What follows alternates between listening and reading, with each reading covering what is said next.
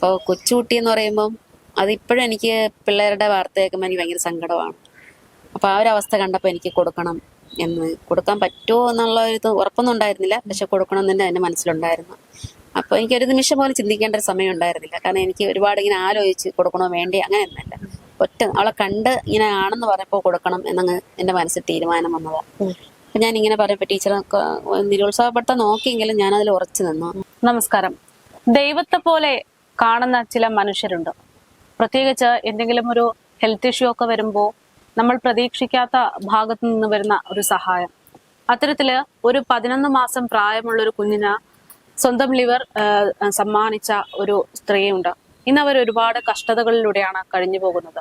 എന്താണ് കൂടുതൽ വിവരങ്ങൾ, എന്താണ് ശരിക്കും അവരുടെ ഇപ്പോഴത്തെ ഒരു ഹെൽത്ത് ഇഷ്യൂ, അതൊക്കെ നമ്മൾക്ക് അറിയേണ്ടതുണ്ട്. കൂടുതൽ വിവരങ്ങൾ അവർ തന്നെ നമ്മളോട് പറയും. രഞ്ജിനി ചേച്ചിയാണ് നമ്മളോട് കൂടെ ഉള്ളത്. ചേച്ചി, വെറും 11 മാസം പ്രായമുള്ള ഒരു കുഞ്ഞിനെ എങ്ങനെയാണ് പരിചയപ്പെടുന്നത്? ഞാൻ ആ സമയത്ത് ആശാവർക്കറായിരുന്നു. ആശാവർക്കറായിരുന്ന സമയത്താണ് കുഞ്ഞിനെ തുള്ളിമരുന്ന് കൊടുക്കാൻ, അതായത് പോളിയോക്ക് തുള്ളിമരുന്ന് കൊടുക്കാൻ അംഗൻവാടിയിൽ പോയ സമയത്താണ് കാണുന്നത് തന്നെ കുഞ്ഞിനെ. അന്ന് കുഞ്ഞത്രയും വയ്യായികയിലിരിക്കുന്നുണ്ട്. എന്താണെന്ന് ചോദിച്ചപ്പോഴാണ് ഇങ്ങനെ കരൾ രോഗമാണ്, ലിവർ മാറ്റി വെച്ചാൽ മാത്രമേ രക്ഷപ്പെടുള്ളൂ എന്നുള്ളൊരു പറഞ്ഞത് തന്നെ. ഞാൻ കൂടുതൽ പിന്നെ ആ വീട്ടുകാരോടല്ല ചോദിച്ചത്, അംഗൻവാടിയിലെ ടീച്ചറിനോടാണ് ചോദിച്ചത്. അപ്പൊ ടീച്ചറാ പറഞ്ഞ ഇങ്ങനെ ലിവർ മാറ്റി വെച്ചാൽ രക്ഷപ്പെടും, ഒരുപാട് പേര് വരുന്നുണ്ട്, പക്ഷെ ഒന്നും ശരിയാകുന്നില്ല എന്ന്. അപ്പൊ ഞാൻ ടീച്ചറിനോട് പറഞ്ഞു, ടീച്ചറെ ഞാൻ കൊടുക്കാം എൻ്റെ ലിവർ എന്നുള്ളത്. കൊടുക്കാൻ പറ്റുമോ ഇല്ലെന്നൊന്നും എനിക്കറിയത്തില്ലായിരുന്നു ശരിക്കും പറഞ്ഞത്. അപ്പോൾ ഞാൻ കൊടുക്കാമെന്നങ്ങ് വാക്ക് പറഞ്ഞായിരുന്നു. അന്നേരം ടീച്ചർ പറഞ്ഞു വേണ്ട, കാരണം കുറച്ച് ഫാമിലി ഇഷ്യൂസ് ഒക്കെ ഉണ്ടായിരുന്നു.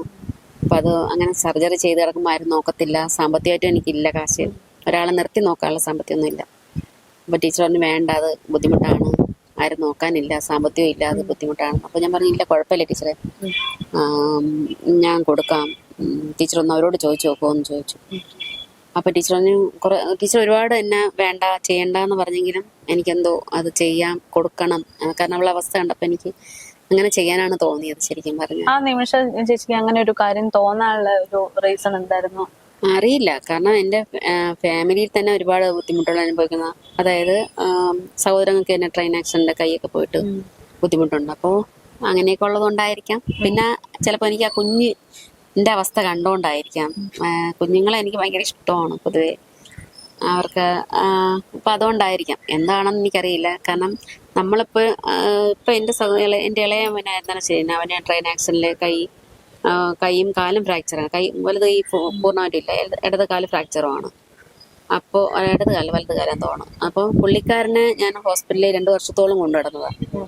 നമ്മൾ ഓരോ പ്രാവശ്യവും ഹോസ്പിറ്റലിൽ പോകുമ്പോൾ ഉള്ള ബുദ്ധിമുട്ട്, ഒന്നാമത്തെ കാര്യം നമ്മുടെ കണ്ണു മുന്നിൽ ഇതൊക്കെ ഞാൻ അനുഭവിച്ചു വന്നതാണ്. പിന്നെ ഹോസ്പിറ്റലിൽ തന്നെ ഓരോ കാര്യങ്ങൾ, ഓരോരുത്തരുടെ അനുഭവങ്ങൾ നമ്മുടെ കണ്ണിൽ, ഡയാലിസിസ് പേഷ്യൻസ് ആയിരുന്നാലും ഒക്കെ ഞാൻ കണ്ട് മനസ്സിലാക്കിയ കുറേ ദിവസങ്ങളാണ് അതൊക്കെ. ആ വേദന ഒരു 11 മാസം പ്രായമുള്ള ഒരു കുട്ടി അനുഭവിക്കുന്നത്. അപ്പൊ ഞാൻ അങ്ങനെയൊക്കെ കണ്ട് വളർന്നുകൊണ്ടായിരിക്കും. പിന്നെ ഒരു കുഞ്ഞെന്ന് പറഞ്ഞാൽ ഒരു 11 മാസമൊക്കെ ഒരു കുഞ്ഞെന്ന് പറഞ്ഞാൽ കുറെ കാലം ഇനിയും ജീവിക്കേണ്ട ഒരു കുഞ്ഞല്ലേ. നമ്മളൊക്കെ എന്ന് വെച്ചാൽ ഏകദേശം ഒരു പ്രായം വരെ ആയി കഴിഞ്ഞ ആൾക്കാരാണ്. അപ്പോൾ കൊച്ചുകുട്ടി എന്ന് പറയുമ്പം അതിപ്പോഴും എനിക്ക് പിള്ളേരുടെ വാർത്ത കേൾക്കുമ്പോൾ എനിക്ക് ഭയങ്കര സങ്കടമാണ്. അപ്പോൾ ആ ഒരു അവസ്ഥ കണ്ടപ്പോൾ എനിക്ക് കൊടുക്കാൻ പറ്റുമോ എന്നുള്ള ഒരു ഇത് ഉറപ്പൊന്നും ഉണ്ടായിരുന്നില്ല. പക്ഷെ കൊടുക്കണം എന്ന് തന്നെ എൻ്റെ മനസ്സിലുണ്ടായിരുന്നു. അപ്പോൾ എനിക്കൊരു നിമിഷം പോലും ചിന്തിക്കേണ്ട ഒരു സമയം ഉണ്ടായിരുന്നില്ല. കാരണം എനിക്ക് ഒരുപാട് ഇങ്ങനെ ആലോചിച്ച് കൊടുക്കണോ വേണ്ടി അങ്ങനെയൊന്നുമല്ല. അവളെ കണ്ട് ഇങ്ങനെ ആണെന്ന് പറഞ്ഞപ്പോൾ കൊടുക്കണം എന്നങ്ങ് എൻ്റെ മനസ്സിൽ തീരുമാനം വന്നതാണ്. അപ്പം ഞാൻ ഇങ്ങനെ പറയുമ്പോൾ ടീച്ചർ നിരുത്സാഹപ്പെടുത്താൻ നോക്കിയെങ്കിലും ഞാനതിൽ ഉറച്ചു നിന്നു. അപ്പം ടീച്ചർ പറഞ്ഞു അവരോട് ചോദിക്കാം എന്ന് പറഞ്ഞു. അപ്പം ടീച്ചർ എൻ്റെ അടുത്ത് ഒരു കാര്യം ചോദിച്ചു, അഥവാ അങ്ങനെ സർജറി ചെയ്താൽ നിന്നെ ആര് നോക്കും എന്നുള്ളത്. ഞാൻ പറഞ്ഞു ദൈവം നോക്കും. എനിക്ക് ഭഗവാനിൽ മാത്രമേ വിശ്വാസമുള്ളൂ, അന്നും ഉണ്ടായിരുന്നുള്ളൂ, ഇന്നും ഭഗവാനിൽ വിശ്വാസമുള്ളൂ. ഒരുപാട് കഷ്ടതകളുണ്ട്, ഒരുപാട് കഷ്ടതകളിലൂടെ തന്നെ വന്നത്. പക്ഷേ അവിടുന്ന് ഇത്രയും നാളും എന്നെ സംരക്ഷിച്ചത് എൻ്റെ ഭഗവാൻ തന്നെയാണ് ശരിക്കും പറഞ്ഞാൽ. ഇപ്പോഴത്തെ ഹെൽത്ത് ഇഷ്യൂ കാരണമാണ് ഒരു വാർത്ത കൊടുക്കണമെന്ന് ഉദ്ദേശിച്ചല്ല, ഒരു സഹായം ഞാൻ ഒരാളോട് ചോദിച്ചതായിരുന്നു. പക്ഷെ അത് വാർത്തയായി. അപ്പം അതാണ് ഓരോരുത്തരും ഇങ്ങനെ ചോദിക്കുന്നുണ്ട്. അതായത് ഇപ്പൊ പറഞ്ഞു വരുമ്പോ ചേച്ചിക്ക് ഒരുപാട് പ്രശ്നങ്ങളുണ്ട്. അതായത് ഹെൽത്തിന്റെ കാര്യത്തിൽ ഒരുപാട് പ്രശ്നങ്ങളും കഷ്ടതകളും ഉണ്ട്. അപ്പൊ അതുകൂടെ അറിയേണ്ടതുണ്ട്. അതായത് നമ്മളിപ്പോ ഇങ്ങനെ ഒരു കൊടുക്കുന്നത് കാര്യം, അതായത് നമ്മൾ ഒരാളെ സഹായിക്കുന്നത് മാത്രമേ പലപ്പോഴും പലരും അറിയുന്നുള്ളൂ. അതിനുശേഷം ഉണ്ടാകുന്ന സാഹചര്യം എന്താന്ന് ഇപ്പൊ ഒരുപക്ഷെ ചേച്ചി ഇങ്ങനെ പ്രതികരിക്കുമ്പോഴായിരിക്കും പലരും അറിയുന്നത്. സാഹചര്യം ശരിക്കും പറഞ്ഞാല് എനിക്ക് തോന്നുന്നു നമ്മളിപ്പോ ഒരു അവയവം ദാനം ചെയ്താൽ കുഴപ്പമൊന്നും ഉണ്ടാവണമെന്നില്ല. പക്ഷെ അതനുസരിച്ച് നമ്മുടെ ആരോഗ്യം നോക്കേണ്ടത് നമ്മൾ തന്നെയാണ്. അതായത് ഫുഡായിരുന്നാലും എന്തായിരുന്നാലും റെസ്റ്റ് എല്ലാം നമ്മൾ. പക്ഷെ എനിക്ക് എന്റെ കാര്യത്തില് ഇത് രണ്ടും വളരെ കുറവായിരുന്നു. ശരിക്കും പറഞ്ഞാല് നമ്മളിപ്പോ നമ്മൾ തന്നെ സംരക്ഷിക്കണം നമ്മളെ. അല്ലെങ്കിൽ നമ്മള് എന്റെ അടുത്ത് ഞാൻ ഈ ലിവർ കൊടുക്കുന്നു എന്ന് പറഞ്ഞപ്പോ ഒരുപാട് അറിഞ്ഞതിന് ശേഷം, ആദ്യം ആരും അറിഞ്ഞിട്ടില്ലായിരുന്നു. ഇതറിഞ്ഞതിന് ശേഷം ഒരുപാട് പേര് പറഞ്ഞു വേണ്ട കൊടുക്കണ്ട, ഇങ്ങനെ ചെയ്തവരൊക്കെ ഒരുപാട് പേര് മരിച്ചു പോയിട്ടുണ്ട് എന്നുള്ളത്. പക്ഷെ അതൊക്കെ എനിക്ക് തോന്നുന്നത്, എന്റെ അനുഭവത്തിൽ തോന്നി കഴിഞ്ഞാൽ നമ്മളത് ചിലപ്പോൾ എന്നെ ആരും സംരക്ഷിക്കാൻ ഇല്ലാത്തതുകൊണ്ടായിരിക്കാം ഞാൻ എന്നെ തന്നെ കെയർ ചെയ്തത്. മറ്റുള്ളവരെ ചിലപ്പോൾ സംരക്ഷിക്കാൻ ആളും ഉണ്ടായിരിക്കും. അപ്പൊ അവര് ചെറിയ കാര്യങ്ങളൊക്കെ അവര് അവോയ്ഡ് ചെയ്യുമായിരിക്കും ചിലപ്പോ. അതുകൊണ്ടായിരിക്കാം ചിലപ്പോൾ അവർക്ക് അങ്ങനെയൊക്കെ സംഭവിച്ചു പോയിട്ടുണ്ടാവുക. കാരണം ഞാൻ അന്ന് അതുപോലെ ഈ ലിവർ കൊടുക്കുന്ന സമയത്ത് ഒരുപാട് പ്രശ്നങ്ങളൊക്കെ വന്നുകൊണ്ട് ഞാൻ എന്നെ ഭയങ്കരമായിട്ട് കെയർ ചെയ്തായിരുന്നു. വേറെ ആരും നോക്കാനില്ല. അപ്പൊ അതായത് ഇൻഫെക്ഷൻ ഉണ്ടാവാതിരിക്കാനും ഒക്കെ ഞാൻ നന്നായിട്ട് കെയർ ചെയ്തായിരുന്നു. ആരോടും ആരും നോക്കാൻ വരാറില്ല. എന്നാലും നമ്മളെ ഉള്ള സമയത്ത് അത്രയും കെയർ ആയിട്ട് നോക്കി ഒരു തട്ട് കിട്ടാതെ ഒരു വീഴ്ച ഉണ്ടാവാതിരിക്കുക അത്രയും കെയർ ആയിട്ടാണ് നടക്കുന്നത് ഒക്കെ. കാരണം എൻ്റെ അടുത്ത് ആരോ പറഞ്ഞു വീഴരുത് അങ്ങനെയൊക്കെ പറഞ്ഞു തന്നായിരുന്നു. എന്തെങ്കിലും ഇൻഫെക്ഷൻ ആവാതെ നോക്കണം, അങ്ങനെയൊക്കെ കുറെ ഉപദേശങ്ങൾ ലിവർ കൊടുത്ത സമയത്ത് പത്രത്തിലും TV-യിലൊക്കെ വന്ന സമയത്ത് ഒരുപാട് പേര് വിളിച്ച് കുറെ ഉപദേശങ്ങളൊക്കെ തന്നിട്ടുണ്ടായിരുന്നു. പിന്നെ ഒരുപാട് പേരുടെ പ്രാർത്ഥനയുണ്ട്. അന്നും ഇന്നും ഉണ്ടെന്നും എനിക്ക് തോന്നുന്നു. 2016 കൊടുത്തത്, ഏപ്രിൽ മാസത്തില്. അന്നോട്ട് ഇന്ന് വരെയും ഇതുപോലെ ഇങ്ങനെ ഒഴുകി പോകുന്നുണ്ട് ഞാൻ. അതായത് ഇങ്ങനെ പോകുന്നുണ്ടെന്നേ ഉള്ളൂ. ചില ഇഷ്യൂസ് ഒക്കെ വരുമ്പോ വയ്യാണ്ടൊക്കെ വരും, അലർജി പ്രശ്നങ്ങളൊക്കെ ഉണ്ടായ. അതിന് മുന്നേ ഇങ്ങനെ ഉണ്ടായിട്ടുണ്ടെന്ന് എനിക്ക് തോന്നുന്നില്ല, അതിനുശേഷം എനിക്ക് ഉണ്ടായത്. അപ്പൊ അതിൻ്റെതായ കുറെ ബുദ്ധിമുട്ടുകൾ. ഇപ്പം പ്രധാനമായിട്ട് ചേച്ചിക്ക് ഒരുപാട് ഹെൽത്ത് ഇഷ്യൂസ് ഉണ്ടെന്ന് പറഞ്ഞു. അപ്പൊ നമ്മൾ നേരത്തെ സംസാരിച്ചപ്പോഴാണെങ്കിലും നേരത്തെ ഹോസ്പിറ്റലിൽ പോയി വന്നതേ എന്ത് പറ്റി? ഇപ്പൊ എനിക്ക് ഭയങ്കര ബാക്ക് പെയിൻ, എനിക്ക് ഇരിക്കാനോ നിൽക്കാനോ വയ്യ. അപ്പൊ ഇങ്ങനെ വേദന കൂടി വരുന്ന അല്ലാതെ കുറയുന്നില്ല. അപ്പൊ ആയുർവേദത്തിൽ പോയി പറഞ്ഞാൽ എന്റെ ഫുഡിന്റെ പ്രശ്നമാണ്. അപ്പൊ സർജറി കഴിഞ്ഞിട്ട് ഞാൻ ഇങ്ങനെ റെസ്റ്റ് ഒന്നും എടുത്തിട്ടില്ല, ശരിക്കും ജോലിക്ക് കയറിയതാ. ഫുഡിന്റെ ഇഷ്യൂസ് ഉണ്ടെന്ന് ഡോക്ടർ പറഞ്ഞു. ഇപ്പൊ പോയപ്പോഴും ഇപ്പൊ ഞാൻ ഇന്ന് പോയിരുന്നു. കാരണം ഇന്നലെയും പോയി ഇന്നും പോയി ഹോസ്പിറ്റലിൽ. അപ്പൊ ഇന്ന് ഇപ്പൊ ഓർത്തോയിലോ കാണിച്ച് അപ്പൊ ഫിസിയോതെറാപ്പി ചെയ്യാൻ പറഞ്ഞു. ഫിസിയോതെറാപ്പി ചെയ്തപ്പോൾ മെഡിസിൻ അങ്ങനെ കഴിക്കാൻ പറ്റില്ല. മെഡിസിൻ ഇംഗ്ലീഷ് മരുന്ന് കഴിക്കുമ്പോൾ എനിക്ക് വയറ് പ്രശ്നമാവും. അപ്പൊ അതുകൊണ്ട് കഴിയുന്നതും പെയിൻ കില്ലറൊന്നും ഞാൻ കഴിക്കാറില്ല. അപ്പൊ ഇന്ന് ഡോക്ടർ പറഞ്ഞു എന്തായാലും മെഡിസിൻ കഴിച്ചാലേ പറ്റത്തുള്ളൂ, അല്ലാണ്ട് വേറെ ഒന്നും ചെയ്യാനില്ല. ഫിസിയോതെറാപ്പി 5 ദിവസം ചെയ്ത് നോക്കൂ, കുറവില്ലെങ്കിൽ ബെൽറ്റ് ഇടാം, അല്ലെങ്കിൽ MRI എടുക്കണമെന്നൊക്കെ പറഞ്ഞു. ഞാൻ ശരിയെന്ന് പറഞ്ഞിട്ടുണ്ടെങ്കിൽ എല്ലാ തരത്തിലുള്ള സപ്പോർട്ടും വേണ്ട ഒരു സമയമാണല്ലോ. മെന്റലി ആണെങ്കിലും പൈസ ആണെങ്കിലും ഇപ്പൊ ആവശ്യമാണ്. അപ്പൊ ഈ ഒരു സാഹചര്യത്തിൽ എപ്പോഴെങ്കിലും ആ ഒരു പെൺകുട്ടിയുടെ കുഞ്ഞിന്റെ വീട്ടുകാരായിട്ട് ബന്ധപ്പെടുക എന്തെങ്കിലും ഞാൻ അങ്ങനെ വിളിച്ചിട്ടില്ല. ആദ്യത്തെ കുറെ 2 വർഷത്തോളം ഞാൻ അവരെ കോണ്ടാക്ട് ചെയ്തു. പിന്നെ ഞാൻ അവരെ കോണ്ടാക്ട് ചെയ്യാറില്ല. കാരണം അത് അവർക്ക് പിന്നെ ഒരു ബുദ്ധിമുട്ടുണ്ടാവണ്ട എന്ന് വിചാരിച്ചിട്ട് ഞാൻ കോണ്ടാക്ട് ചെയ്യാത്ത. ഈ വാർത്തയിൽ പോലും അവരുടെ ഡീറ്റെയിൽസോ ഒന്നും കൊടുക്കാത്ത തന്നെ അവർക്ക് ഞാൻ കാരണം അവർക്കൊരു ബുദ്ധിമുട്ടുണ്ടാകാൻ പാടില്ല. ഞാൻ അങ്ങനെ കൊടുത്തിട്ട് പിന്നെ അവർക്ക് ഭാവിയിൽ ഒരു ദോഷം ഉണ്ടാവുന്ന രീതിയിലൊന്നും വരണ്ട എന്നുള്ള രീതിയിലാണ് ഞാൻ ആരോടും അവരെ കുറിച്ചൊന്നും പറയാത്തതും ഒക്കെ. കാരണം അതറിയണ്ട, അവർക്ക് ബുദ്ധിമുട്ടുണ്ടാകാൻ പാടില്ല. കാരണം നാളത്തെ കാലത്ത് പറയാം ചേച്ചി കൊടുത്തിട്ട് ചേച്ചി കാരണം ഞങ്ങൾക്ക് ബുദ്ധിമുട്ടാണെന്നുള്ളൊരു ബുദ്ധിമുട്ട് അവർക്കൊരു വിഷമം ഉണ്ടാകാൻ പാടില്ല. ആളൊരു കുഞ്ഞിനും ഉണ്ടാകാൻ പാടില്ല. അവള് ഹെൽത്തി ആയിട്ടിരിക്കണം എപ്പോഴും. അവളെ ആയുസ്സും ആരോഗ്യത്തോടെ നല്ല രീതിയിൽ വളരണം എന്നുള്ളൊരു പ്രാർത്ഥന മാത്രമേ എനിക്ക് ഇപ്പോഴും ഉള്ളൂ. ഞാൻ മരിക്കുന്നവരെ അങ്ങനെ ഉണ്ടാവുള്ളൂ. കണ്ടിട്ടുണ്ടോ അവളെ ശേഷം?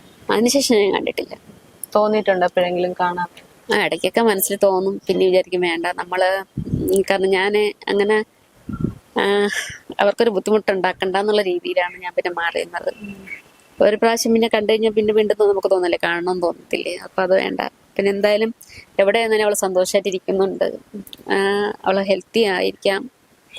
പിന്നെ പ്രാർത്ഥന ഉണ്ടല്ലോ, എല്ലാവരോടും പറയാം അവൾക്ക് വേണ്ടി പ്രാർത്ഥിക്കണമെന്ന് പറയാറുണ്ട് ഞാൻ എപ്പോഴും. അതുകൊണ്ട് അവൾ ഓക്കെ ആയിരിക്കാം.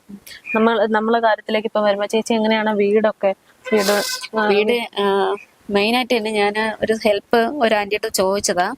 അപ്പൊ പുള്ളി സ്വന്തമായിട്ട് വീടില്ല. അപ്പൊ ഞാൻ വാടകയ്ക്ക് ഇപ്പൊ താമസിക്കുന്നത്. അപ്പൊ ഞാന് എനിക്ക് ഈ ബുദ്ധിമുട്ടൊക്കെ ഉള്ളതുകൊണ്ട് മെയിനായിട്ട് വയ്യാണ്ടായി കഴിഞ്ഞാൽ എനിക്ക് ജോലിയിൽ ലീവ് എടുക്കേണ്ടി വരും. അപ്പം ലീവ് എടുക്കുമ്പോൾ ശമ്പളമൊക്കെ കട്ടാകുമ്പോൾ എനിക്ക് പിന്നെ ഭയങ്കര ബുദ്ധിമുട്ടാണ്.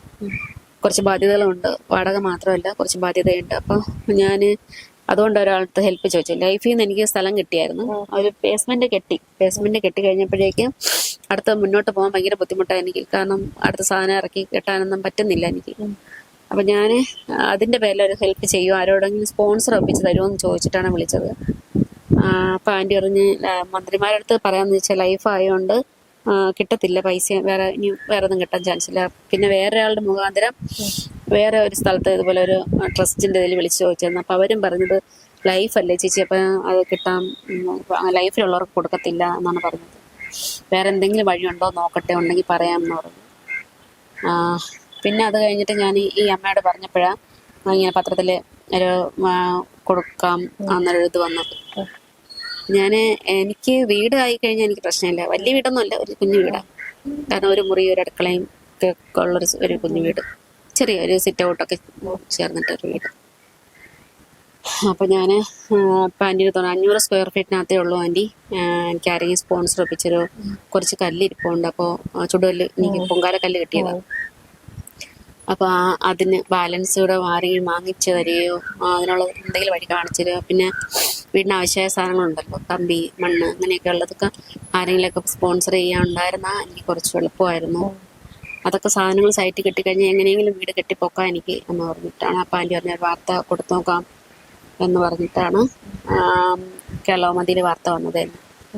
ചേച്ചിക്ക് എങ്ങനെയാ ജോലി ചെയ്യാനൊക്കെ ഇപ്പൊ പറ്റുന്നുണ്ടോ? എന്തെങ്കിലും ബുദ്ധിമുട്ടുണ്ട്, പക്ഷേ ചെയ്യാതിരിക്കാൻ പറ്റത്തില്ല. വീട്ടിൽ ഇരുന്ന് ആരും തരത്തില്ലല്ലോ, ആരും സഹായിക്കാനൊന്നും ഇല്ലാത്തതുകൊണ്ട് ജോലിക്ക് വന്നേ പറ്റുള്ളൂ. അപ്പം ഇന്നിപ്പോൾ ഡോക്ടർ കുറച്ച് ഇതിന് കാര്യങ്ങൾ പറഞ്ഞു തന്നു. വെയിറ്റ് അങ്ങനെ എടുക്കല്, കുനിയുന്നൂര് ചെയ്യണതൊക്കെ കുറച്ച് ദിവസത്തേക്ക് വേണ്ടെന്ന് വെക്കണം. പക്ഷെ അങ്ങനെ ചെയ്യാൻ പറ്റത്തില്ല. ഞാനിപ്പോൾ റെസ്റ്റ് എടുക്കാൻ നോക്കിക്കഴിഞ്ഞാൽ എൻ്റെ ശമ്പളം കട്ടാവും. അപ്പം ലീവ് എടുക്കാൻ പറ്റത്തില്ല. 1-2 ദിവസം എടുക്കാൻ പറ്റുമായിരിക്കും, പക്ഷേ കൂടുതൽ എടുക്കാൻ പറ്റത്തില്ല. അപ്പം എന്ത് ചെയ്യണമെന്ന് അറിയില്ല.